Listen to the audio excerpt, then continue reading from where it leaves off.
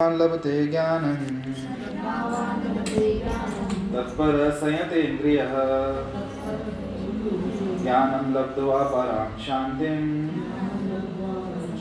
अचिरेणाधिगच्छति। श्रद्धावान् लभते ज्ञानं तत्पर संयतेन्द्रियः ज्ञानं लब्ध्वा परां शान्तिम् अचिरेणाधिगच्छति। जो श्रद्धालु दिव्य ज्ञान में समर्पित हैं और जिसने इंद्रियों को वश में कर लिया है वह इस ज्ञान को प्राप्त करने का अधिकारी है और इसे प्राप्त करते ही वह तुरंत आध्यात्मिक शांति को प्राप्त होता है। तात्पर्य श्री प्रभुपाद जी द्वारा, श्री कृष्ण में दृढ़ विश्वास रखने वाला व्यक्ति ही इस तरह का कृष्ण भावनाभरित ज्ञान प्राप्त कर सकता है।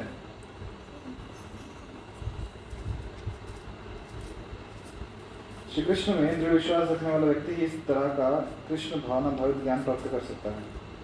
वही पुरुष श्रद्धावान कहलाता है जो ये सोचता है कि कृष्ण भावना भरित होकर कर्म करने से वो परम सिद्धि प्राप्त कर सकता है। श्रद्धा भक्ति के द्वारा तथा हरे कृष्ण कृष्ण कृष्ण हरे हरे हरे राम राम राम हरे मंत्र के जाप द्वारा प्राप्त की जाती है, क्योंकि इससे हृदय की सारी भौतिक मलिनता दूर हो जाती है। इसके अतिरिक्त मनुष्य को चाहिए कि अपनी इंद्रियों पर संयम रखे। जो व्यक्ति कृष्ण के प्रति श्रद्धावान है और जो इंद्रियों को संयमित रखता है वह शीघ्र ही कृष्ण भावनामृत के ज्ञान में पूर्णता प्राप्त करता है।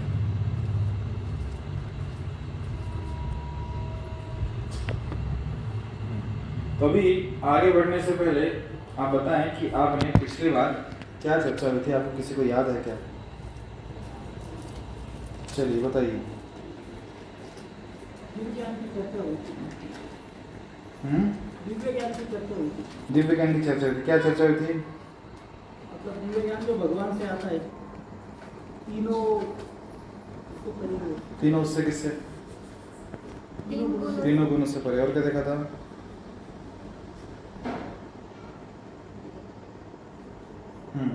और बोलो।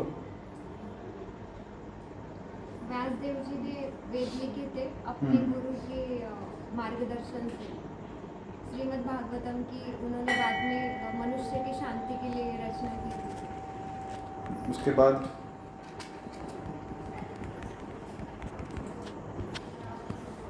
श्रीमद् भागवतम की रचना की थी मनुष्य की शांति के लिए। और आपने वो संबंध, अभिदय और प्रयोजन के बारे में बताया था कि हमारा भगवान से संबंध क्या है और हम कैसे उनके पास मतलब कैसे जा सकते हैं, टारगेट क्या है हमारा, लक्ष्य क्या टारगेट है? भगवान की सेवा। ठीक है, उसके लिए क्या करना पड़ेगा? प्रयोजन। क्या प्रयोजन है? हाँ, प्रयोजन तो वही है ना, टारगेट है तू। हमारे जो इंद्रिय हम भगवान की सेवा में कैसे लगा सकते हैं। अभिदेय और प्रयोजन एक ही है। हाँ, ये विशेषता है। अभिदेय और प्रयोजन एक ही है। और वो क्या है? कृष्ण प्रेम प्राप्त होना। बराबर। तो संबंध क्या है? भगवान के सेवक। प्रयोजन क्या है? सेवक का सेवा करना। और अभिदेय क्या है? सेवा करना। संबंध है कि हम उनके सेवक हैं, वो स्वामी हैं। क्या प्राप्त करना चाहता है सेवक? सेवा प्राप्त करना चाहता है। सेवा कैसे मिलेगी? सेवा करके मिलेगी। प्रभुपाद जी का उदाहरण दिया था।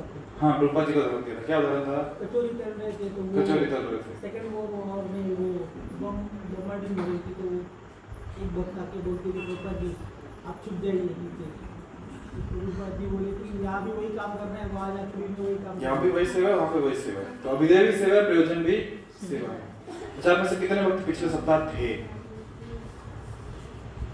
ओके, ठीक है। तो अभी आज और आने वाले जितने भी समय रहेगा प्रयास कीजिए कुछ तो कुछ आपके पास यंत्र रहे, नोटबुक पेन रहे या फोन रहे या लैपटॉप टैबलेट कुछ भी रहे, जहाँ पे आप नोट डाउन कर सके। किस लिए? ताकि ये घर जाके उसको फिर से होमवर्क करके ऊपर पढ़ सके, किसी को बता सके क्या चर्चा हुई थी आज। ठीक है, तो आज हम चर्चा करेंगे श्रद्धावान लभते ज्ञान। ज्ञान किसको मिलता है? ज्ञान किसको मिलता है? इसके पास श्रद्धा है। ज्ञान से श्रद्धा नहीं आती, श्रद्धा से ज्ञान। आज जो मॉडर्न स्कूल एजुकेशन है, जो हमने सीखा है, हम सब ने सीखा है, क्या सीखा है कि जब ज्ञान मिल जाएगा तब श्रद्धा बढ़ेगी। यही सीखा है ना? अरे उल्टी विधि है। वास्तविकता में जब श्रद्धा होती है, जहां श्रद्धा होती है वहां ज्ञान आता है। आप स्कूल में गए थे ना, टीचर में श्रद्धा थी, इसलिए जो टीचर ने बताया ए फॉर एप्पल तो हमने स्वीकार कर लिया ए फॉर एप्पल। ए के बाद बी फॉर बॉल हमने स्वीकार कर लिया बी फॉर बॉल। उसके बाद सी, उसके बाद बी। श्रद्धा थी, ज्ञान मिला। कभी पूछा ए के बाद बी क्यों आता है, सी क्यों नहीं आता? ए बी सी डी क्यों होता है, ए डी सी डी क्यों नहीं होता? तो अगर ऐसी श्रद्धा नहीं होती तो ज्ञान नहीं मिलता। श्रद्धा थी इसलिए ज्ञान स्वीकार किया। जिसको श्रद्धा नहीं होती उसे ज्ञान नहीं मिलता। तो जो भक्ति है उसकी शुरुआत श्रद्धा से ही होती है। जो भक्ति के अलग अलग स्तर है ना, तो आदो श्रद्धा, शुरुआत होती है श्रद्धा से। श्रद्धा होगी तब जाके व्यक्ति साधु संग करेगा। साधु संग मतलब भक्तों का संग करेगा। तो श्रद्धा है किसमें? भगवान में, कि अस्तित्व है भगवान में। श्रद्धा है भक्तों में कि जो बोल रहे हैं हमारे लाभ के लिए। तो श्रद्धा है तब जाके भक्तों का संग करेगा और फिर जाके भजन क्रिया शुरू होती है। जैसे प्रभुपाद जी के जो शिष्य हैं वो बताते हैं कि जब प्रभुपाद जी अमेरिका में आए थे और हम उनको मिले थे 1966 के दौर में, 1960s में, तो प्रभुपाद जी क्या बोलते थे बहुत सारी चीजें समझ में भी नहीं आती थी क्योंकि ज्ञान नहीं था। और प्रभुपाद जी जो अंग्रेजी बोलते थे वो बंगाली एक्सेंट में बोलते थे। अभी देखो, अंग्रेज जो अंग्रेजी बोलते हैं, हम जो अंग्रेजी बोलते हैं, उसमें जमीन आसमान का अंतर है। प्रभुपाद जी बंगाली एक्सेंट में बोलते थे, बहुत बार समझ में नहीं आता था कि क्या बोल रहे हैं, पर फिर भी कुछ श्रद्धा थी किसमें? प्रभुपाद में। क्या श्रद्धा थी? कि ये जो व्यक्ति है ना, ये हमें कभी फंसाएगा नहीं, ये हमें कुछ देने के लिए आया है, हमसे कुछ मांगने नहीं आया है।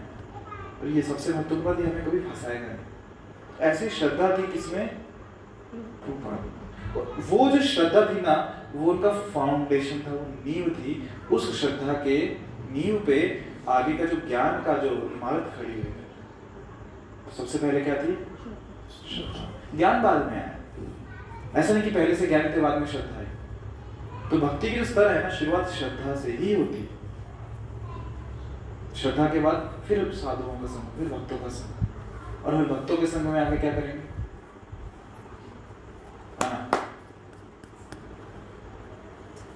ऐसा करेंगे क्या? क्या करेंगे भक्तों के संग में? भजन क्रिया करेंगे, साधना करेंगे, कृष्ण कथा करेंगे, नाम संकीर्तन करेंगे। और फिर जब हम भजन क्रिया कर रहे हैं, नाम संकीर्तन कर रहे हैं, शास्त्रों का अध्ययन कर रहे हैं, कृष्ण कथा कर रहे हैं, चर्चा कर रहे हैं, तो उससे क्या होगा? फिर जो हृदय में अनर्थ है ना, उनकी निवृत्ति होगी। अनर्थ मतलब, अर्थ का मतलब जानते हैं? अर्थ किसे कहते हैं? अर्थ क्या होता है? सही। एक तो अर्थ हमको पता है, आर्थिक व्यवस्था। अर्थ समझ में आता है, काम की चीजें। अर्थ मतलब जो काम की चीजें, जिससे हमारा फायदा है, उसे अर्थ कहते हैं। और अनर्थ मतलब बुरा है या फिर हमारे लिए अच्छा नहीं है, जो काम का नाही, काही कामाचं नाही। कामाचं ते अर्थ, ते काही कामाचं नाही, ते अनर्थ हो गया। ते बोलते ना अर्थ हो गया, अनर्थ हो गया, मतलब काम का नहीं, लाभ का नहीं। तो अनर्थ निवृत्ति मतलब, निवृत्ति का क्या अर्थ होता है? रिटायरमेंट होता है, मुक्त हो जाना। निवृत्ति, सेवा निवृत्ति बोलते हैं ना, सेवा से मुक्त हो गए, नौकरी से छोड़ दिए, जॉब से मुक्त हो गए। तो मतलब क्या, अनर्थ निवृत्ति, अनर्थ से मुक्त हो गए, मतलब जो चीज हमारे काम की नहीं है उससे मुक्त हो गए। तो ऐसी कौन कौन सी चीजें जो हमारे काम की नहीं है, जैसे 6 चीजें बताई गई। पहला काम, कौन सा काम, काम वासना। काम वासना किसे कहते हैं, हर वो क्रिया जिसमें केंद्र में कृष्ण नहीं है वो काम वासना। हर वो काम, हर वो कार्य जो कृष्ण की प्रसन्नता के लिए नहीं है वो काम वासना। सरल है, मतलब जब हम सेवा कर रहे हैं तो मतलब कृष्ण की प्रसन्नता के लिए कर रहे तो सेवा है, अपनी प्रसन्नता के लिए कर रहे तो काम है। सरल परिभाषा। तो ये क्या है, अनर्थ। दूसरा अनर्थ क्या है, क्रोध। काम का है, बहुत फायदा होता है क्रोध से, क्या होता है, नुकसान ही होता है।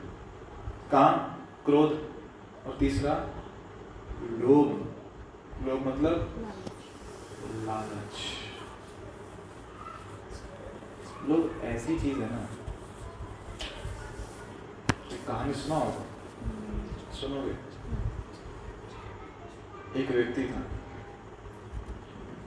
बहुत लालची था, लोभी था। राजा को समझ में आ गया, तो एक दिन उसको राजा ने ऑफर दिया, तुम एक काम करो, तुमको जमीन जायदाद चाहिए ना, कल आना, और कल तुम सूर्योदय से लेकर सूर्यास्त तक तुम्हारे पास समय देता हूँ मैं, ये टाइम विंडो है। जितनी जगह तुम मतलब एक सर्कल में कवर कर लोगे तुम्हारी, जितनी कर लोगे तुम्हारी। वाह, खुश हो गए, घर पे गए, पत्नी को बोला कल तो लॉटरी है अपनी, मुझे सुबह जल्दी उठा देना ब्रह्म मुहूर्त में। आज तक कभी नहीं उठा, पर कल ब्रह्म मुहूर्त में उठाना मुझे, सूर्य से 1.5 घंटा पहले।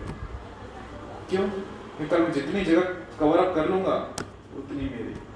सुबह सूर्योदय हुआ 6:30, और जो उसने भागना शुरू किया, घर से खा पी के निकला था, जो भागना शुरू किया, भागते गया भागते गया भागते गया भागते गया भागते गया।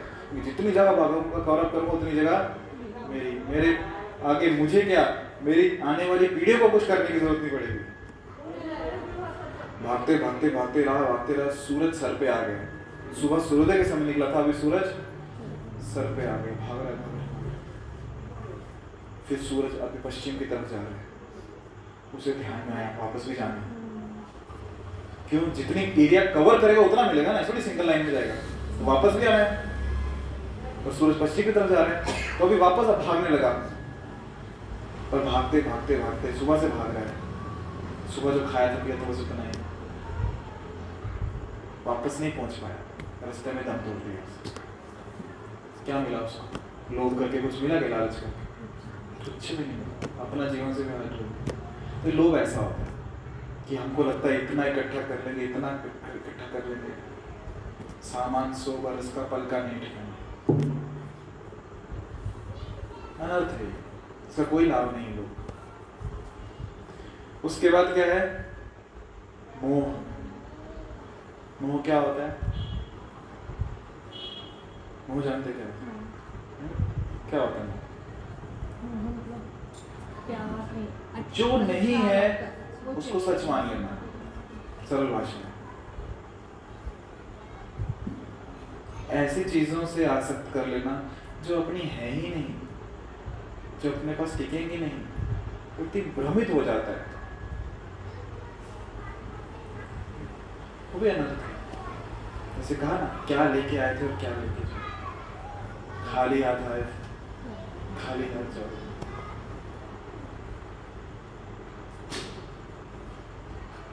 फिर भी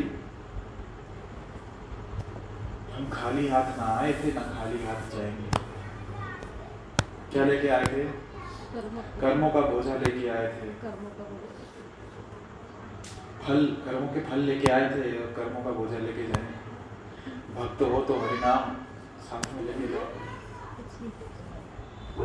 वो बेचारा छोटा सा, आप इतने बड़े, क्या बिगाड़ लेगा वो आपका?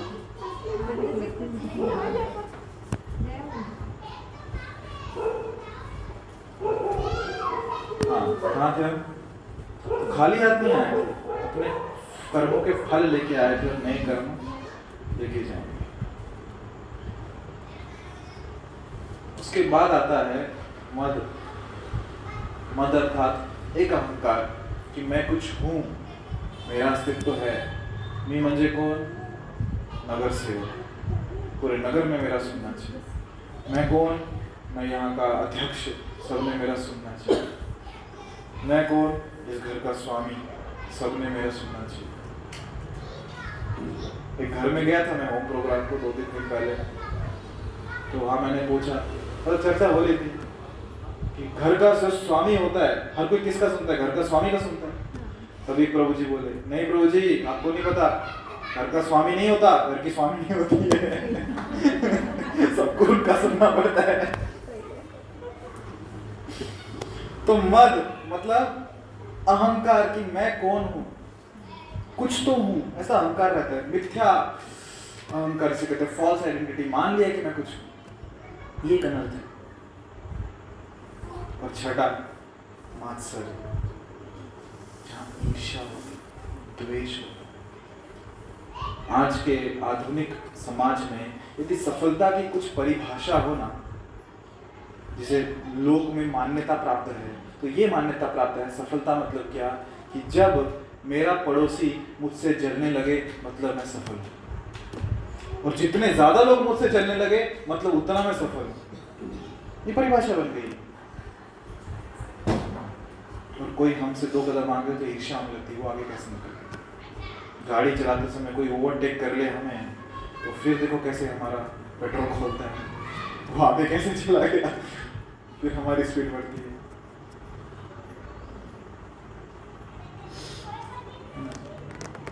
इससे बचना चाहिए, ये ना वही परेशान करते। यदि आप यहाँ जाएंगे ना, एक जो मोटरसाइकिल्स का ग्रुप होता है ना, गाड़ी पे जाते हैं तो राइडर्स यहाँ से निकलेंगे लेह लद्दाख के लिए, हिमाचल के लिए, स्पेशल बाइक को पूरा सामान लेके लाइन में चल के कॉन्वे उनकी। तो एक ग्रुप के जो लीडर थे वो बता रहे थे, बोले जब जाते हो ना हिमालयन रेंजेस में, आप लाइन में चल रहे हो, तो जो वहाँ के लोकल लोग होते हैं ना, वो जानबूझ के उनकी जो गाड़ी होती है मोटरसाइकिल, उससे स्पीड में आपको कट मार के निकलेंगे, आगे रुकेंगे, आप आगे जाओगे फिर से स्पीड में कट मार के निकलेंगे, मतलब आपको उकसा रहे हैं और रेस लगाते हैं कि ईर्ष्या आनी चाहिए अंदर, आगे कैसे निकल गया, फिर वो भी हमसे रेस लगाए।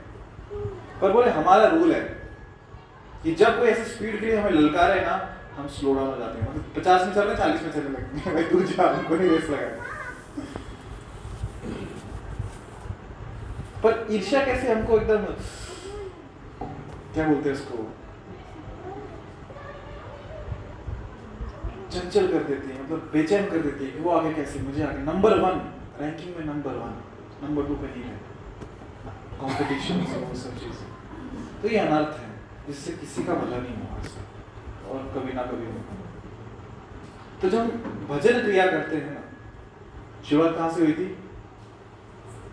शुरुआत कहाँ से हुई थी? हरे कृष्ण। शुरुआत कहाँ से हुई थी? श्रद्धा से हुई थी। याद है कि नहीं? भूल गए? आज ही पूछ रहा हूँ, एक हफ्ते बाद नहीं पूछ रहा हूँ। शुरुआत हुई थी श्रद्धा से। श्रद्धा से क्या हुआ? साधु संग हुआ। श्रद्धा थी इसलिए साधु का संग किया, मतलब टीचर के पास गए, टीचर में श्रद्धा है, तो मुझ में श्रद्धा इसलिए बैठे हो ना, यहाँ नहीं होती तो क्यों बैठे थे? सिंपल सी बात। गीता में श्रद्धा इसलिए बैठे हो ना, है ना, परंपरा में, गुरु शिष्य परंपरा में श्रद्धा इसलिए बैठे हो। श्रद्धा से क्या होगा? ज्ञान मिलेगा, और फिर ज्ञान मिलने के बाद क्या होगा? फिर भजन क्रिया आरंभ होगी, और भजन क्रिया जब करेंगे, नाम जब करेंगे हरे कृष्णा कृष्णा कृष्णा हरे हरे, हरे राम राम राम हरे हरे। तो भजन क्रिया करने से फिर जो अनर्थ है ना, अनर्थ निवृत्ति होगी। साबुन घिसेंगे बर्तनों को तब जाके गंदगी निकलेगी ना, तो वैसे हरिनाम घिसेंगे तब जाके जो गंदगी है हृदय में निकलेगी। और फिर क्या होगा? जब अनर्थ निवृत्ति होगी फिर आएगी, हाँ, फिर आसक्ति होगी। श्रद्धा, साधु संग, भजन क्रिया, आसक्ति, निष्ठा, रुचि, भाव, प्रेम, ये श्रृंखला है। तो अभी का जो हमारा स्तर है वो कौन सा है? भजन क्रिया। भजन क्रिया कर रहे हैं ना आप लोग, माला कर रहे हैं ना, आपका स्तर भजन क्रिया का है। और भजन क्रिया करते करते अनर्थ निवृत्ति होगी और फिर जाके भगवान में आसक्ति आएगी, निष्ठा आएगी, रुचि आएगी, फिर भाव आएगा, अंत में प्रेम आएगा।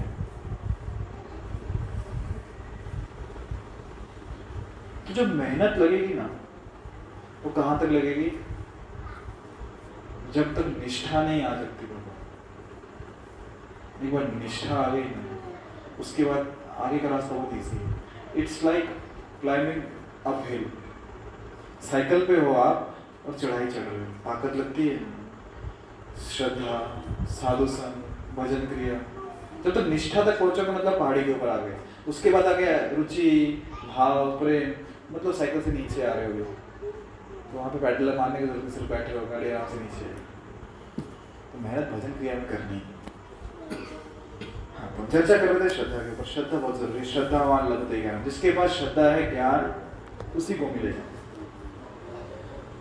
पर सिर्फ ज्ञान तक आड़ी अटकी नहीं, कह रहे तत्पर सहित इंद्रिया। ज्ञान आ गया, उसके बाद क्या? इंद्रियों में संयम भी आवश्यक है। कितनी इंद्रियां हमारे पास? ठीक है, आपके पास कितनी इंद्रियां? गिनिए कभी। कितनी है? 5 ज्ञान इंद्रियां और 5 कर्म इंद्रियां। तो इंद्रियों को क्या करने को कह रहे हैं? संयमित करने को कह रहे हैं। संयमित मतलब व्यर्थ में उनको कुछ, क्या कह सकते हैं उससे, बिजी करने की जरूरत नहीं है। व्यर्थ में, अनर्थ के लाभ के लिए, या फिर आप कैसे, अनर्थ में उनको व्यस्त करने की जरूरत नहीं है। कुछ अर्थ में व्यस्त करना चाहिए जहाँ लाभ हो, मतलब भगवान की सेवा में लगाना चाहिए। भगवान की सेवा में लगाना चाहिए इंद्रियों। जब भगवान की सेवा छोड़ के हम अपनी सेवा में लगा रहे हैं तो उसे फिर कहते हैं अनियंत्रित इंद्रिय, क्योंकि वो नचाती रहती है। जब ज्ञान प्राप्त होने का फायदा क्या होगा? हमने इंद्रियों को संयमित कर लिया, श्रद्धा रख ली, ज्ञान मिल गया। क्या फायदा ज्ञान प्राप्त करके? कहते ज्ञानम लब्ध्वा पराम शांति। ज्ञान मिलने के बाद शांति मिलती है। अचिरेण आदि गच्छति, और इसे प्राप्त करते ही वह तुरंत आध्यात्मिक शांति को प्राप्त करता है। अच्छा, ज्ञान प्राप्त होने से शांति मिलती है, सच्ची बात है झूठी बात है? उदाहरण दो, प्रैक्टिकल उदाहरण, अभी आप सबको अनुभव होगा। कोई आया था यहाँ पे गेस्ट अपीयरेंस में थोड़ी देर पहले, आया था ना?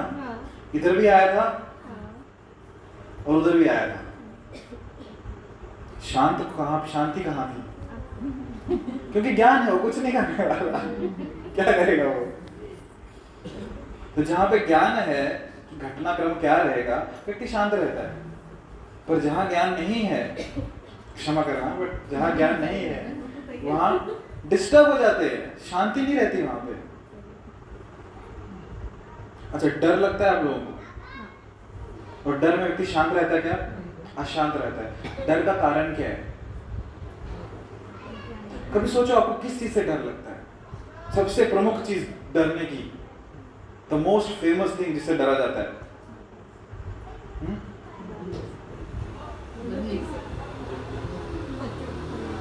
अच्छा, अब अगर लाइट चली जाए यहाँ पे क्या होगा? अब जाएंगे वहां जंगल में? क्यों? जंगल छोड़ो, अपने घर में भी एक कमरे से दूसरे कमरे में जाएंगे क्या? क्यों? डर लग रहा है। किससे? भूत से। कभी देखा है क्या? सीरियसली, किसी ने कभी देखा है क्या? फिर जो चीज देखी उससे कैसे डर सकते हो आप लोग? अंधेरे से डर क्यों लगता है? ठीक है, भूत एक अलग चीज है। अंधेरे से क्यों डर लगता है पता है? क्योंकि वहां ज्ञान नहीं है कि क्या कौन सी वस्तु कहाँ पे है, कुछ दिखाई नहीं देता है। हम अगला कदम कहाँ रखे, ज्ञान नहीं है, तो इसलिए डर लगता है कि अंधेरे में कहाँ जा रहे हैं, अंधेरे जंगल में कहाँ जा रहे हैं, अंधेरे कमरे में कहाँ जा रहे हैं।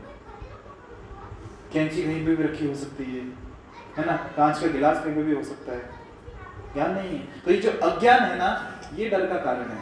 अब कोई कहीं पे भी देख लो, जितने भी चीजें आप बोलोगे कि आपको उससे डर लगता है, कारण अज्ञान है। और क्योंकि अज्ञान है इसलिए मन शांत नहीं रहता। जहाँ ज्ञान है वहाँ मन शांत है। बराबर। तात्पर्य प्रभुपाद जी कह रहे हैं। और अच्छा, जो श्रद्धालु दिव्य ज्ञान में समर्पित है, ये अनुवाद, जो श्रद्धालु दिव्य ज्ञान में समर्पित है, जिसने इंद्रियों को वश में कर लिया है, वो इस ज्ञान को प्राप्त करने का अधिकारी। अभी देखो, एक तो हो गया संसार का ज्ञान जो हमने चर्चा की है, और एक जो श्रद्धालु दिव्य ज्ञान को समर्पित है, वो ज्ञान प्राप्त करने के बाद, इंद्रिय संयमित करने के बाद, वो इस ज्ञान को प्राप्त करने का अधिकारी है, और इसे प्राप्त करते ही वह तुरंत आध्यात्मिक शांति को प्राप्त हो गया। संसार में जो संसारिक ज्ञान भी प्राप्त करने का व्यक्ति थोड़ा तो शांत हो जाता है, और जिसने दिव्य ज्ञान प्राप्त कर लिया वो तो आध्यात्मिक शांति को प्राप्त हो। सरल उदाहरण अर्जुन का ले लो। अध्याय 1 में कैसे विचलित था, गांडीव हाथ से छूट रहा है, फिसल रहा है, सर चकरा रहा है, खड़े नहीं हो जा रहा, मुंह पूरा सूख गया है, रोंगटे खड़े हो गए, अशांत है पूरी तरह। और वही जब गीता के 18 अध्याय हो चुके हैं, फिर अर्जुन अब शांत हो गए। करिष्ये वचनं तव, कृष्ण आपने जो कहा है मैं वो करूंगा। शांत हो गया, युद्ध के लिए तैयार। तो ये लाभ है किसका? ज्ञान का। और अर्जुन को ज्ञान कैसे मिला है? क्योंकि अर्जुन की भगवान में श्रद्धा है। पूरा ये पहला अध्याय खत्म हो गया, भगवान ने एक शब्द नहीं कहा। क्यों? अर्जुन अपना ज्ञान दिखा रहा है, दिखाओ। पर जब अर्जुन ने कृष्ण में श्रद्धा दिखाई, कृष्ण की शरण में चले गए, शिष्यस्ते हम शादी मांग तो आपकी शरण में आया हूँ, आपका शिष्य हूँ, बताओ क्या करना है। तो श्रद्धा दिखाई ना, फिर भगवान ने बोलना शुरू किया। और जब श्रद्धा हुई, ज्ञान मिला, तब शांति मिली अर्जुन। तात्पर्य प्रभुपाद जी कहते हैं, श्री कृष्ण में दृढ़ विश्वास रखने वाला व्यक्ति ही इस तरह का कृष्ण भावनाभाविक ज्ञान प्राप्त कर सकता है। वही पुरुष श्रद्धावान कहलाता है जो यह सोचता है कि कृष्ण भावना भावित होकर कर्म करने से वह परम सिद्धि प्राप्त कर सकता है। और ये श्रद्धा कैसे आएगी? भक्ति के द्वारा, जप करके। कौन सा जप? हरे कृष्ण महामंत्र का। हरे कृष्ण कृष्ण कृष्ण हरे हरे, हरे राम राम राम हरे। इस मंत्र के जप द्वारा प्राप्ति की जाती है, क्योंकि इससे हृदय की सारी भौतिक मलिनता दूर हो जाती है। इसके अतिरिक्त मनुष्य को चाहिए कि अपने इंद्रियों पर संयम रखे। जो व्यक्ति कृष्ण के प्रति श्रद्धावान है और जो इंद्रियों को संयमित रखता है, वह शीघ्र ही कृष्ण भावनामृत के ज्ञान में पूर्णता प्राप्त करता है। श्रद्धा रखो, नाम जप करो, कृष्ण का जो ज्ञान है कृष्ण भावनामृत का शीघ्र मिल जाएगा। अब वो शीघ्र की परिभाषा क्या है? जल्दी मिल जाएगा। कितनी जल्दी मिलेगा? जितनी आपकी श्रद्धा है, तीव्रता से कर ले। भगवान का नाम, भगवान के श्री विग्रह, भगवान का प्रसाद, भगवान में और उनमें कोई अंतर नहीं है। बहुत प्यूरिफाइंग है, बहुत ही शुद्ध करने वाले, और बहुत जल्दी करके देखो। श्रद्धा होनी चाहिए, और जहाँ श्रद्धा होना वहाँ भगवान आदान प्रदान भी करते हैं। एक बहुत ही, हम कह सकते हैं, बहुत प्रचलित उदाहरण मैं आपको देता हूँ। चैतन्य चरितामृत में उदाहरण आता है, मध्य लीला 5वां अध्याय। अच्छा, ये तो घर जाके पढ़ भी सकते हैं। चैतन्य चरितामृत का मध्य लीला अध्याय क्रमांक 5 नित्यानंद प्रभु चैतन्य महाप्रभु बताते हैं। क्योंकि ये समय चैतन्य महाप्रभु नित्यानंद प्रभु वृंदावन में है, और वृंदावन में एक मंदिर में जाते हैं, इसका गोपाल जी का, गोपाल जी का मंदिर है वृंदावन में। और वहां जाने के बाद नित्यानंद प्रभु कहते हैं चैतन्य महाप्रभु को, मैं आपको यहाँ की कथा सुनाता। आप सुनना चाहते हैं कथा? सुनना चाहते हैं तो जोर से बोलिए हरि बोल। जितना जोर से बोलेंगे उतना तीव्रता समझ में। तो नित्यानंद चैतन्य महाप्रभु को बताते हैं कि चैतन्य महाप्रभु, मैं आपको कथा सुनाता हूँ कि गोपाल जी की कथा क्या है। कि जो लोग कहते हैं ना, पत्थर की मूर्ति, क्या मूर्ति की पूजा करते हो तो क्या पत्थर की पूजा करते हो? श्रद्धा होनी चाहिए कि वो पत्थर नहीं है, मूर्ति नहीं है, वो साक्षात भगवान है। हमारे घर में भी फोटो है ना भगवान का, वो केवल फोटो नहीं है, स्वयं भगवान है। भोग लगाते कि नहीं? तो श्रद्धा होनी चाहिए कि वो खाते हैं, जब उनसे बात कर रहे हैं तो श्रद्धा होनी चाहिए कि वो सुन रहे हैं। तो गोपाल जी के बारे में बताते हैं कि एक बार ओडिशा में, ओडिशा जानते हैं आप, वहां पे गांव है विद्यानगर, अभी तो शहर हो गया। विद्यानगर आपने नाम सुना होगा। तो विद्यानगर से उसी शहर के लोग गए तीर्थ यात्रा में। 2 ब्राह्मण थे, तीर्थ यात्रा गए, वृंदावन में जाके मिले, और भी मथुरा वगैरह सब जगह, अलग अलग जगह उन्होंने यात्रा की। काशी गए, मथुरा गए, वृंदावन के जो 12 वन हैं उन 12 वनों में दर्शन किए। और जो 2 ब्राह्मण थे, एक वृद्ध ब्राह्मण था और एक तरुण ब्राह्मण था। और तरुण ब्राह्मण इस वृद्ध ब्राह्मण की बहुत सहायता कर रहा था, उनकी मदद कर रहा था। वृद्धावस्था में बहुत सारी चीजें करने के लिए सक्षम नहीं रहते। तो तरुण ब्राह्मण, जो नौजवान ब्राह्मण था, इस वृद्ध ब्राह्मण की सहायता कर रहा था। यात्रा इनकी संपन्न हुई, गोपाल जी के मंदिर पहुंचे, भगवान का दर्शन किया। और इस वृद्ध ब्राह्मण की जो सेवा तरुण ब्राह्मण ने की थी, देखो भक्त का एक लक्षण होता है, वो लक्षण ये है कृतज्ञता। शब्द सुना है आपने कृतज्ञता? क्या अर्थ होता है इसका? कृतज्ञता का अर्थ क्या होता है? अच्छा, कभी सुना है कृतज्ञता शब्द? बताओ ना, मतलब क्या होता है इसका? आभार प्रकट करना। एक भावना है जहाँ हम धन्यवाद देना चाहते हैं किसी को, क्योंकि सामने वाले ने हम पे उपकार किया, बहुत सहायता की, मदद की, इसलिए थैंक यू, धन्यवाद। एक भावना है, शब्द नहीं है।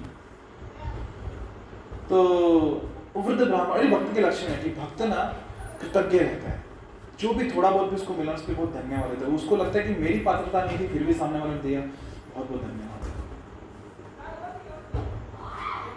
आज की डेट में यदि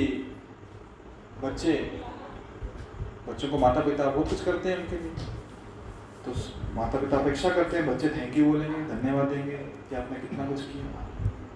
और बच्चे बोलते हैं कौन सा बड़ा काम किया, आपका फर्ज था। धन्यवाद देना तो अलग बात रह गई, ऊपर से बच्चे क्या बोलते हैं, तो क्या किया आपने, पढ़ाया लिखाया है ना, इस काबिल बनाया कि कमा सके, ज्ञान प्राप्त कर सके, स्कूल जा सके, तो क्या बड़ा काम किया, आपका फर्ज था, आपने केवल अपना फर्ज निभाया। जैसे कृतज्ञता कहते हैं, कृतज्ञता नहीं है। तो कृतज्ञता होनी चाहिए कि हमारी लायकी नहीं है फिर भी मिल रहा है। कृतज्ञ व्यक्ति ना सुखी रहता है, शांत रहता है। जो कृतज्ञ नहीं है ना, अब देखना वो हमेशा शिकायत करते रहे, कंप्लेन करते रहे, ये ऐसा नहीं हुआ, ये नहीं मिला, वो नहीं मिला, और हमेशा दुखी रहते। कभी आपको कोई सुखी व्यक्ति मिले या दुखी व्यक्ति दिखे ना, तो देखना उनके जीवन में जो व्यक्ति सुखी है ना, वो अधिकतर कृतज्ञ रहा होगा। जो भी छोटा बहुत उसके जीवन में आएगा धन्यवाद देगा, इसलिए सुखी है। और जो दुखी व्यक्ति है ना, जिसे दुखी आत्मा कहते हैं, कभी देखना उसके जीवन में वो हमेशा किसी ना किसी को लेकर कंप्लेन ही कर रहा होगा, शिकायत ही कर रहा होगा। कितना भी अच्छी चीज मिल जाए वो शिकायत ही करता रहेगा, ये ऐसा नहीं हुआ, वैसा नहीं हुआ, ये वो। उसको आपने सरप्राइज गिफ्ट भी दे दिया कुछ, उसमें कमी निकाल के दिखाएगा, ये क्यों लाया, वो क्यों नहीं लाया। तो भक्त के लक्षण में कृतज्ञ रहता है। तो इसलिए वृद्ध ब्राह्मण बहुत कृतज्ञ था। उन्होंने तरुण ब्राह्मण को कहा कि मैं आपकी सेवा से बहुत प्रसन्न हूँ, मैं आपको कुछ देना चाहता हूँ। बोले नहीं, मुझे कुछ नहीं चाहिए। तरुण ब्राह्मण ने कहा मैंने सेवा कुछ लालच में आके, लोभ में आके नहीं की है। आप भक्त हैं, वृद्ध हैं, मुझे सेवा करनी थी, मुझे वहां अवसर दिखा, मैंने सेवा की आपकी, मुझे कुछ नहीं चाहिए। वृद्ध ब्राह्मण ने कहा नहीं, मैं देना चाहता हूँ आपको, मैं आपको मेरी बेटी दान में देता हूँ। तरुण ब्राह्मण बोले महाशय आप कर रहे हैं, आप ऐसे कैसे बोल सकते हैं? पहली चीज आप ऊंची कास्ट के हैं, मैं नीची कास्ट हूं। हाँ ब्राह्मण है तो क्या होगा, ब्राह्मणों में कास्ट सिस्टम होता है। दूसरी बात, आप तो कह रहे हैं मैं दे दूंगा, और आपके घर में बाकी लोग भी हैं ना, आपके बेटे हैं, चाचा मामा काका ताया हैं, बेटी की माँ भी होगी, आप तो वचन दे, आप तो कह रहे हैं पर बाकी लोग नहीं माने। वृद्ध ब्राह्मण अड़ गया, बोले मेरी बेटी, मैं जहाँ चाहूँ वहां दूँ उसको, मुझे क्यों किसी की पूछने की जरूरत है, मेरी प्रॉपर्टी है ना, मैं जहाँ चाहे वहां। ब्राह्मण ने कहा देखिए आप थोड़ा सोच के विचार कीजिए, ऐसा कुछ भी मत कीजिए। वृद्ध ब्राह्मण अड़ गए, नहीं मुझे तुमसे तुम्हें देनी है, ऐसा ब्राह्मण कहाँ मिला। बोले मैं तो पढ़ा लिखा नहीं हूँ, अनपढ़ हूँ, कुलीन हूँ, कुछ विशेष गुण भी नहीं है मुझ में, और ऐसा भी नहीं मेरी बाप दादा की बहुत प्रॉपर्टी है, गरीब ब्राह्मण हूँ मैं, मतलब आपकी बेटी के लायक नहीं हूँ। फिर भी अड़क गया, नहीं मुझे तुमको ही देनी है। अच्छा, तरुण ब्राह्मण ने कहा चलो ठीक है रहो। सामने गोपाल जी खड़े भगवान के विग्रह, बोले इनके सामने इनको साक्षी रखते हुए वचन दो, क्योंकि बाद में घूम गए फिर वचन से मुखर गए थे, तो साक्षी भगवान। अभी देखो जब कहीं कुछ डीलिंग होती है तो क्या होता है, बॉन्ड होता है ना, कोई आई विटनेस होना चाहिए, गवाह होना चाहिए, कौन था वहां पे, किसकी उपस्थिति में डीलिंग हुई। तो भगवान खड़े हैं यहाँ पे आपकी उपस्थिति में वचन, बोले भगवान की उपस्थिति में वचन। तो अभी ये वृद्ध ब्राह्मण भगवान की उपस्थिति में कहता है मैं तुमको मेरी बेटी देता हूँ। ये भी नहीं कि वचन दे रहे हैं कि मैं तुमको मेरी बेटी देने का वचन देता हूँ, सीधा बोलते हैं तुमको बेटी देता हूँ। ठीक है, भगवान साक्षी है। और तरुण ब्राह्मण भगवान को बोलता है देखो आप साक्षी हो, अगर जरूरत पड़ी तो आपको लेके जाऊंगा। मतलब वो भगवान को जानते कि भगवान मतलब व्यक्ति है, विग्रह मतलब व्यक्ति, मूर्ति पत्थर नहीं है। Okay done.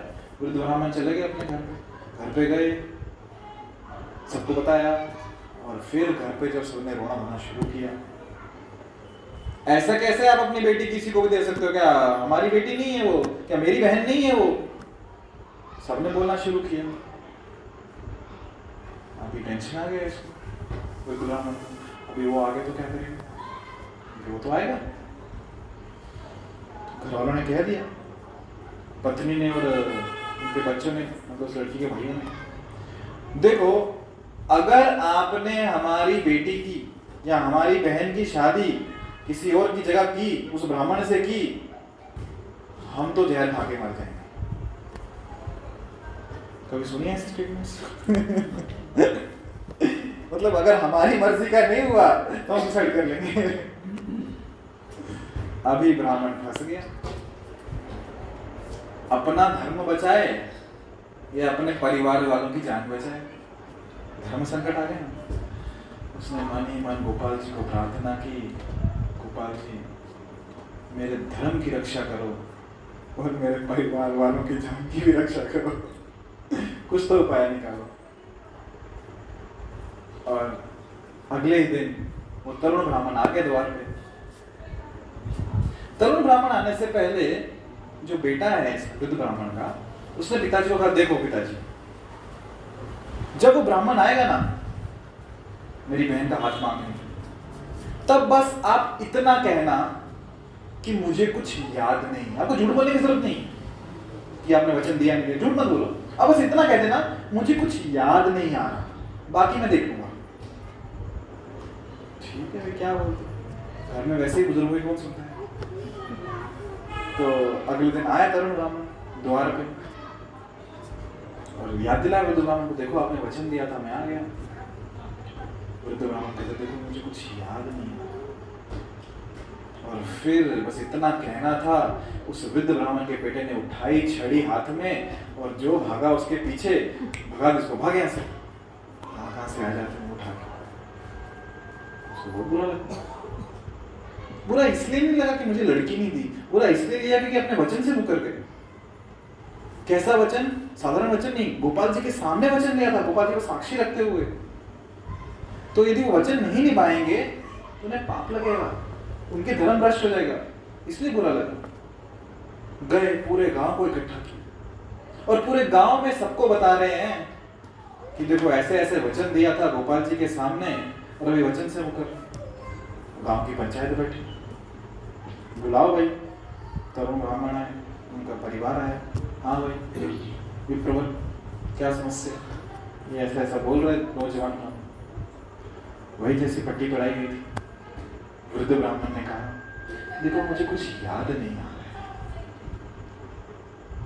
बस फिर जो उनके बेटे ने, वृद्ध ब्राह्मण के बेटे ने कहानी सुनाई, बोले कैसा है ना, मेरे पिताजी जब गए थे यात्रा में तो इस तरुण ब्राह्मण ने क्या अवसर देखा पता नहीं, इसने धतूरा खिला दिया, मेरे पिताजी पागल हो गए और उस पागलपन में इसने उनके पैसे भी लूट लिए और धतूरे के नशे में क्या क्या वचन ले लिए। देखो ऐसा ऐसा हो गया।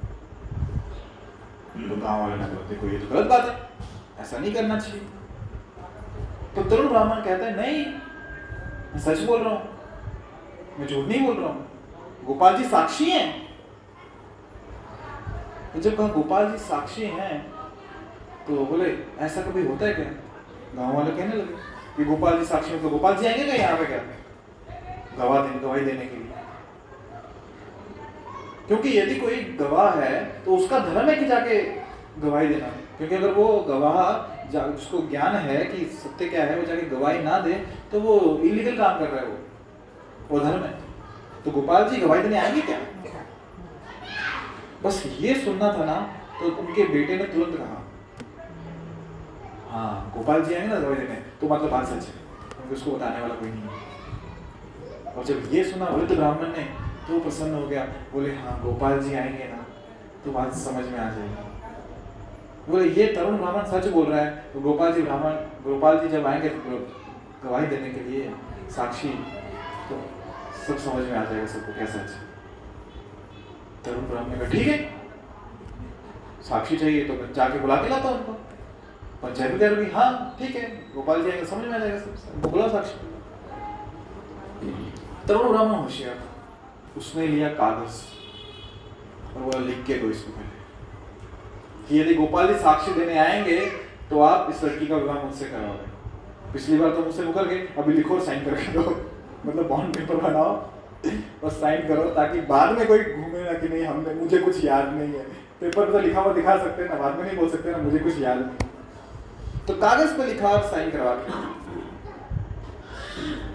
निकले विद्यानगर से तरुण ब्राह्मण और पहुंच गए वृंदावन, उड़ीसा से यूपी सीधा मथुरा वृंदावन।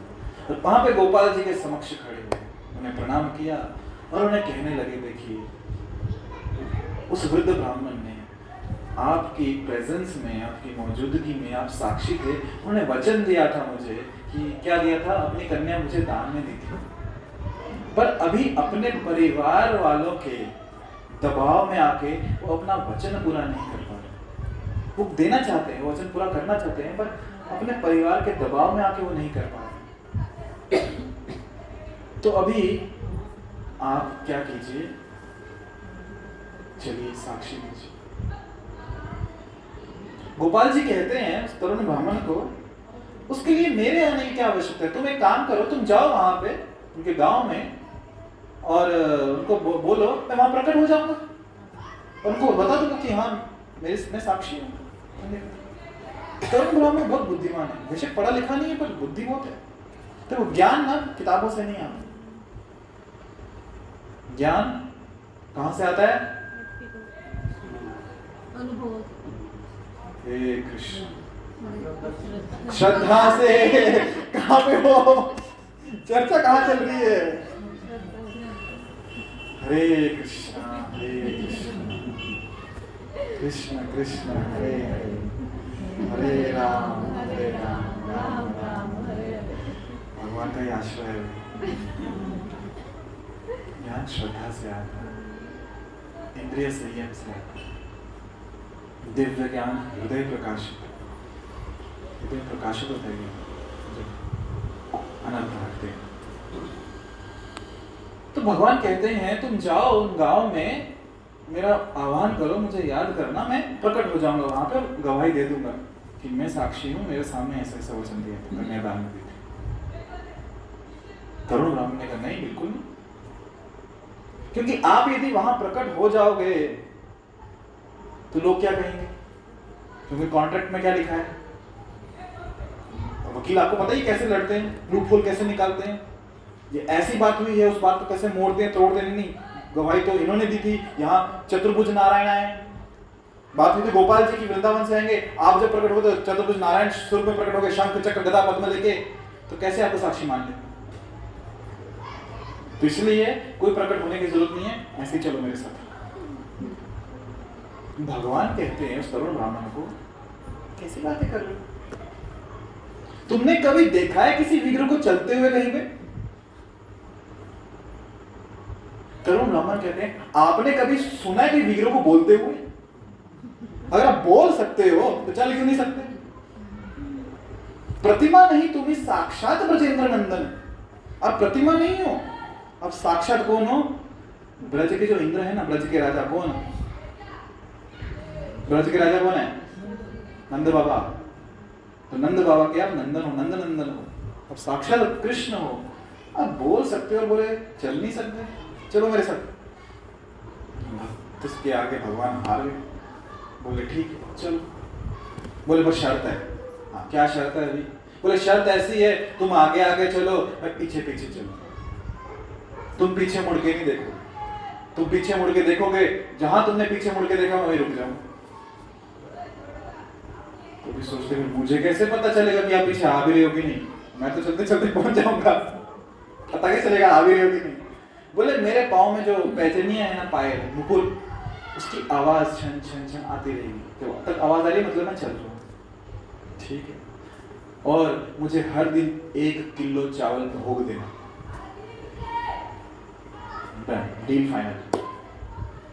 निकल पड़े, चल रहे हैं। ब्राह्मण, तरुण ब्राह्मण आगे आगे आ रहे हैं, कृष्ण गोपाल जी पीछे पीछे, पाँव में नुपुर की आवाज छन छन छन छन आ रही। और दिन में एक बार एक जगह रुक के ये तरुण ब्राह्मण चावल पकाते थे और भगवान को पीछे भोग लगाते। देखा नहीं पीछे पीछे 1 किलो चावल भोग लगा देते, भगवान खाते थे और फिर आगे चल पड़ते। चलते चलते पहुंच गए विद्यानगर के बाहर, गांव से बाहर थे। भगवान ने कहा देखो यहां तक तो आ गए, अभी गांव वालों को बुला दो बाहर। उसने कहा ठीक। अभी जब यहाँ रुकना ही है, तरुण ब्राह्मण ने पीछे मुड़ के देख लिया, देखा भगवान वहीं पे खड़े, बंसी बजा रहे। तरुण ब्राह्मण गए भाग के गांव में, बोले आ जाओ गोपाल जी आगे साक्ष्य देने के लिए, गोपाल जी आगे साक्ष्य देने के लिए, गोपाल जी आगे साक्ष्य देने के लिए। पूरा गांव उमड़ पड़ा। वो वृद्ध ब्राह्मण भी आया और इतना भाव विभोर हो गए, आंखों में अश्रु बह रहे हैं, और भगवान के सामने आके दंड के समान उन्हें प्रणाम किया।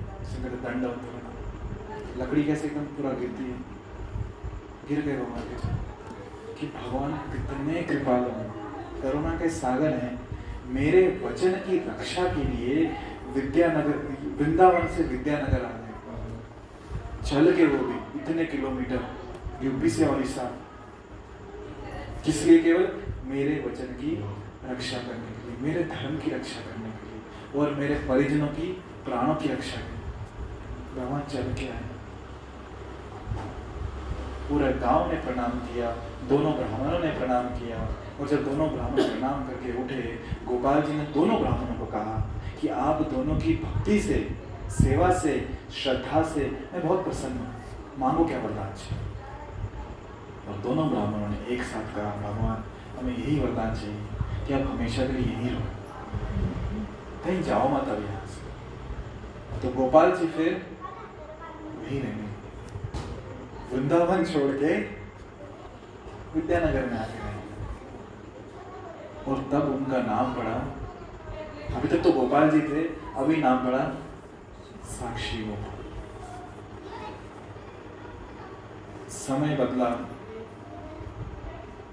राजा प्रतापरुद्र, उन्होंने विद्यानगर के राजा पे आक्रमण किया, तो जगह उनकी हो गई फिर, और विद्यानगर से उनको उठा के कटक ले गए, वो भी उड़ीसा में।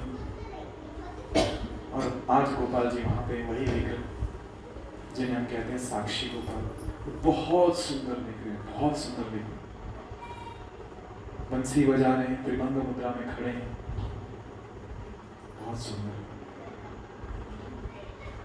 तो ये भगवान बता रहे हैं कि श्रद्धा होनी चाहिए।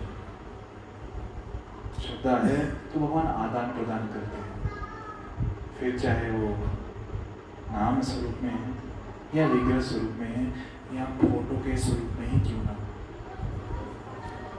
श्रद्धा होनी चाहिए। फिर ज्ञान भी आएगा, आदान प्रदान भी होगा और जीवन में शांति और ठहराव भी आएगा। और शुरुआत कहाँ से होगी? श्रद्धा से, विश्वास। क्योंकि जहाँ श्रद्धा नहीं है ना तो ज्ञान भी टिकेगा नहीं। यदि श्रद्धा नहीं है तो व्यक्ति का पतन हो जाता है। ठीक है?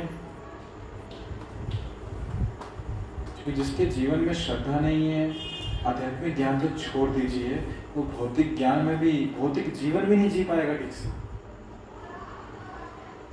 नाई की दुकान में जाते हैं ना तो नाई में श्रद्धा होती है कि नहीं? क्योंकि उसके हाथ में क्या है? दो चीजें हैं, एक हाथ में ब्लेड, दूसरे हाथ में आपकी गर्दन। पर श्रद्धा है, कुछ नहीं करेगा, सिर्फ 100-150 रुपए लेके छोड़ देगा। है ना श्रद्धा? कभी ट्रेन, बस, एरोप्लेन में बैठे हैं, श्रद्धा है ना कि जो चला रहे हैं या उड़ा रहा है वो आज पी के नहीं आया है, सही सलामत पहुंचा देगा। श्रद्धा है।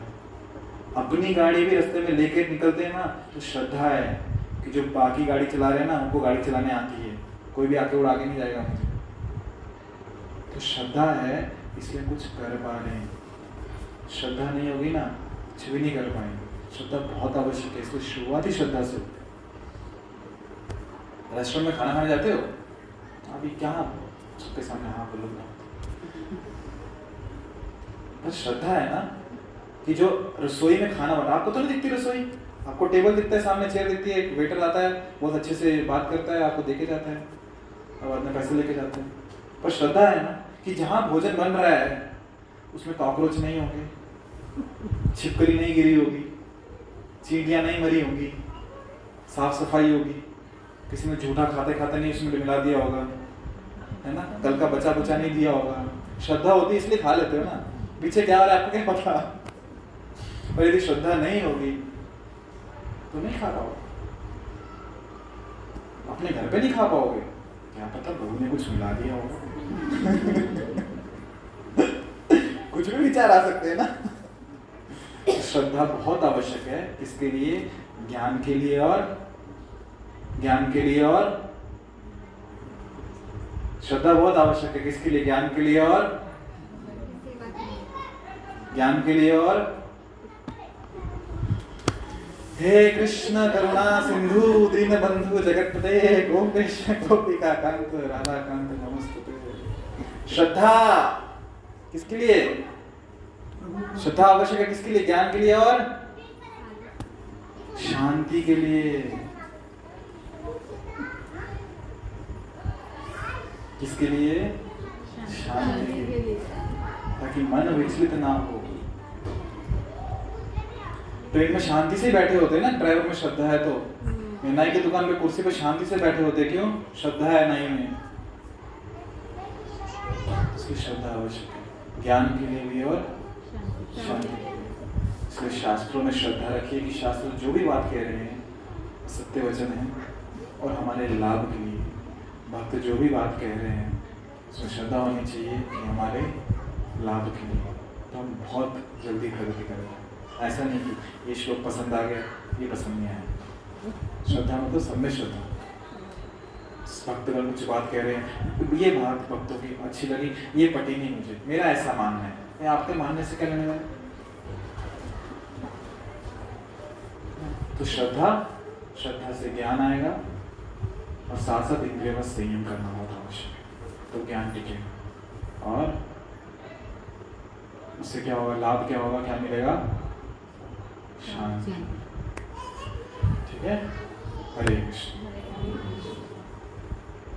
प्रश्न है?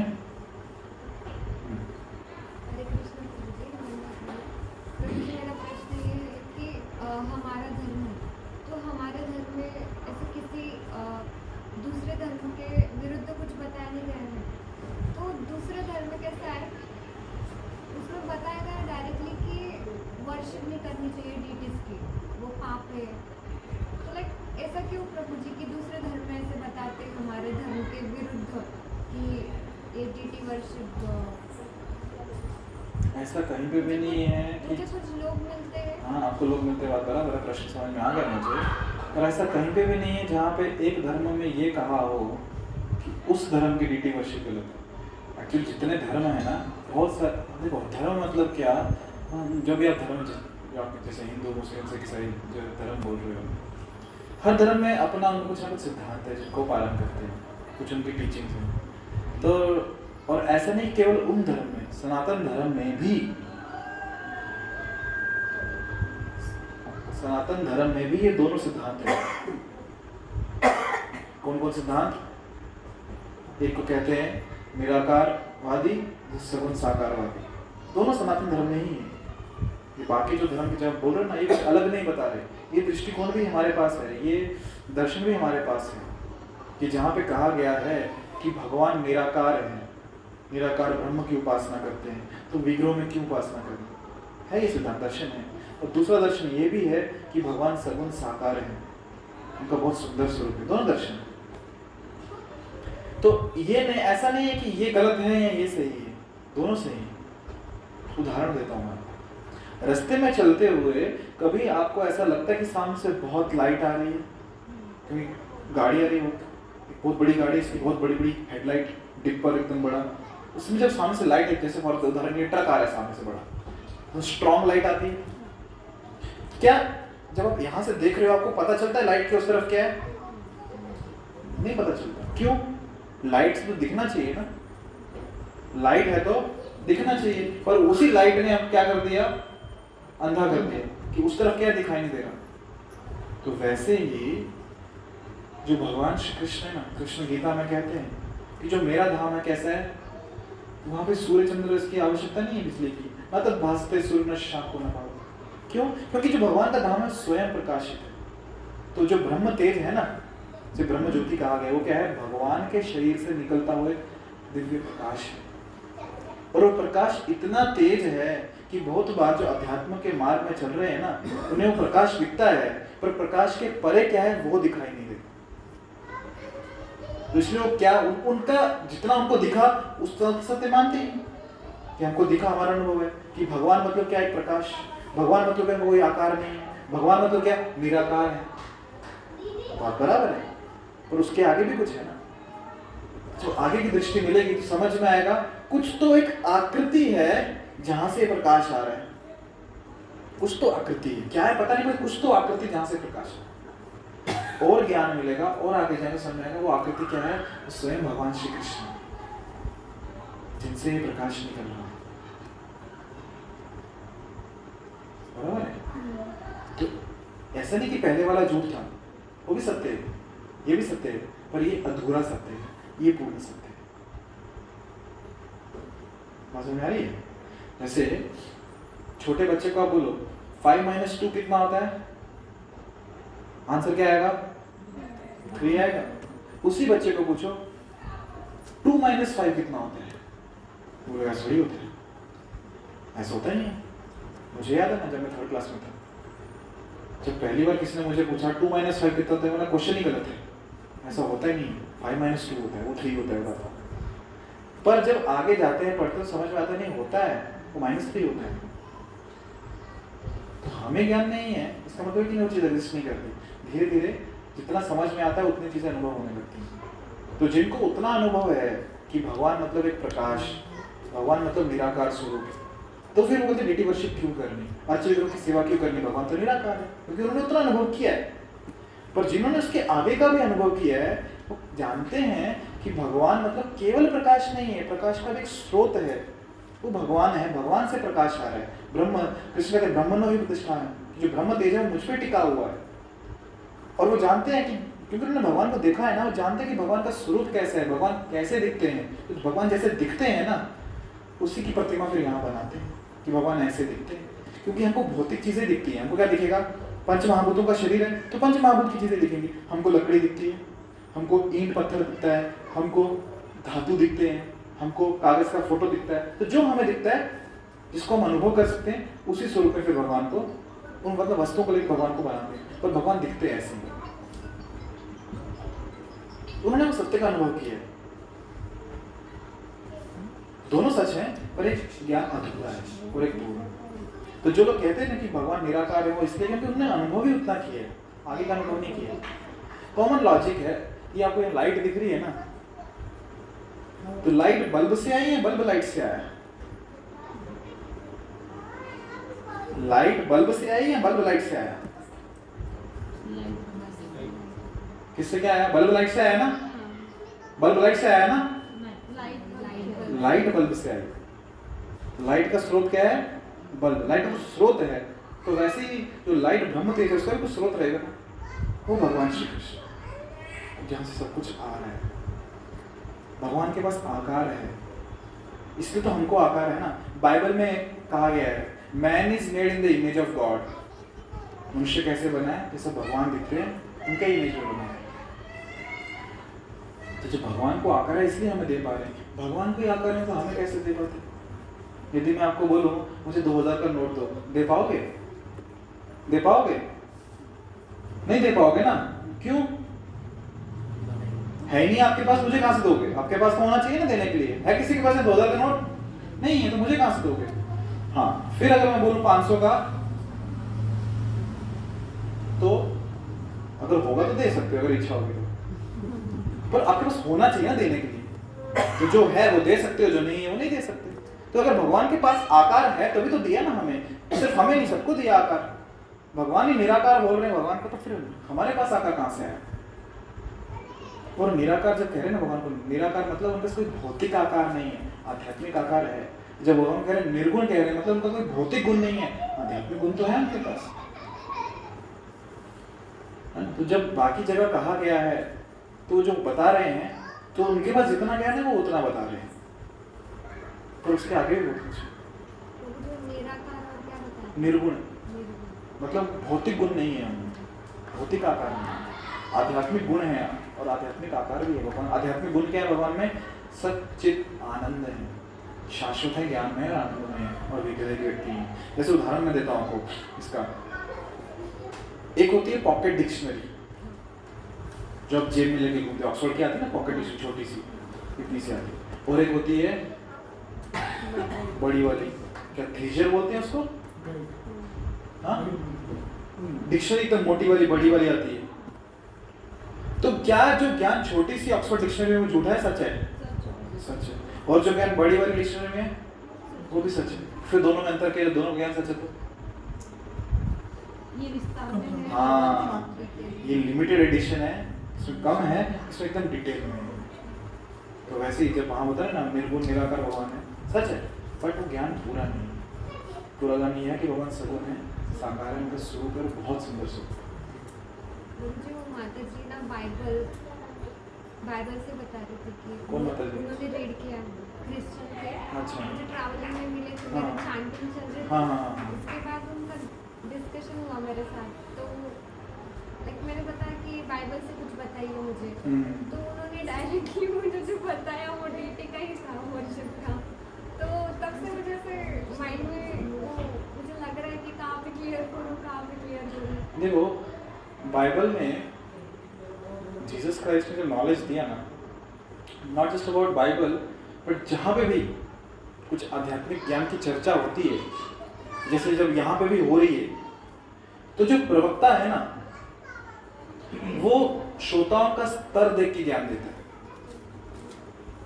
देखो अभी हम यहाँ पे कृष्ण की अंतरंगा लीला, रास लीला और वो सब चर्चा नहीं कर रहे, हम गीता की चर्चा कर रहे हैं। भागवत में तो गए नहीं अभी, कृष्ण लीला तो बहुत आगे की बात है।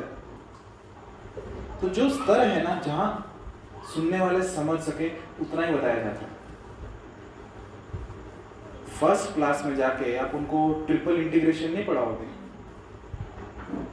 ना, आप उनको मैट्रिक्स नहीं पढ़ाओगे, आप उनको डिफरेंशियल इक्वेशन नहीं पढ़ाओगे। क्यों? वो फर्स्ट क्लास में उनको 1 + 1 2 होता है, इतना ही बस हो गया। ज्यादा पढ़ाओगे आप तो आपके पास तो है ज्ञान, पर उनको डाइजेस्ट भी होना चाहिए ना। तो वैसे ही जब जीसस क्राइस्ट ने ज्ञान दिया, किसको दिया? वो लोग कौन थे, उनकी मानसिकता क्या थी, और देखो जितना ज्ञान दिया उसके लिए सूली पे चढ़ा दिया उन्होंने, और वहां पे ज्यादा ज्ञान देते तो फिर क्या होगा? क्योंकि बाइबल में जीसस क्राइस्ट खुद कहते हैं मेरे पास आपको देने के लिए बहुत कुछ है, बहुत कुछ है, मैं आपको देना चाहता हूँ, पर आप लोग उसे अभी स्वीकार नहीं कर पाओगे, आपकी पात्रता नहीं है। सुकरात को जहर देके मार दिया सॉक्रेट्स को, क्यों?